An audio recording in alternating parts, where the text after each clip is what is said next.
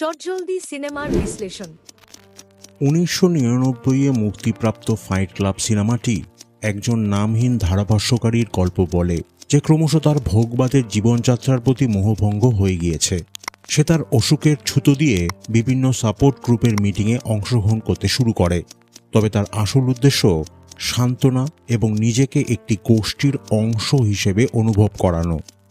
একদিন এইরকম একটি মিটিংয়ে তার টাইলার ডার্ডেন নামক এক সাবান বিক্রেতার সাথে পরিচয় হয়, যার দুনিয়াকে দেখার দৃষ্টিভঙ্গি ছিল বড়ই ধ্বংসাত্মক।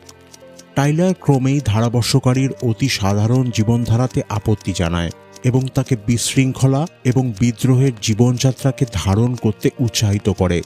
ক্রমেই তারা দুজনে ফাইট ক্লাব নামক একটি আন্ডারগ্রাউন্ড সমিতি প্রতিষ্ঠা করে, যেখানে লোকেরা নৃশংস এবং লাগামহীন লড়াইয়ে অংশগ্রহণ করে।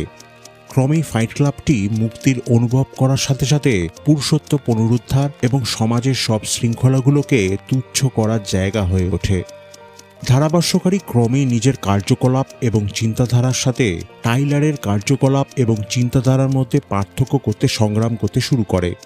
সে উদ্ঘাটন করে টাইলার তার অজান্তে ফাইট ক্লাবটিকে প্রসারিত করে প্রজেক্ট মেহেন নামক একটি আরও মৌলবাদী এবং ধ্বংসাত্মক সংগঠন তৈরি করেছে।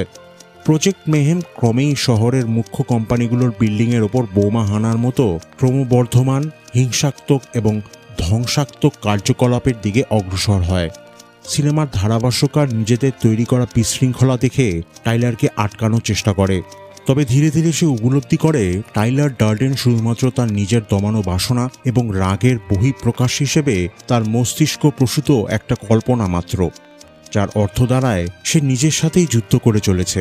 প্রজেক্ট মেহেনকে বন্ধ করার মরিয়া চেষ্টা হিসেবে ধারাভাষ্যকার নিজের মুখ লক্ষ্য করে গুলি ছোড়ে। সে বেঁচে যায়, তবে এর ফলে তার ওপরে টাইলারের প্রভাব কমতে থাকে। ধারাভাষ্যকার ধীরে ধীরে প্রজেক্ট মেহেনকে ভেতর থেকে ধ্বংস হয়ে যেতে দেখে উপলব্ধি করে তার নিজের কর্মকাণ্ডের ফলশ্রুতি বেদনাকে মেনে নেওয়াই তার নিজের ধ্বংসাত্মক মনোবৃত্তিকে পরাস্ত করার একমাত্র উপায়।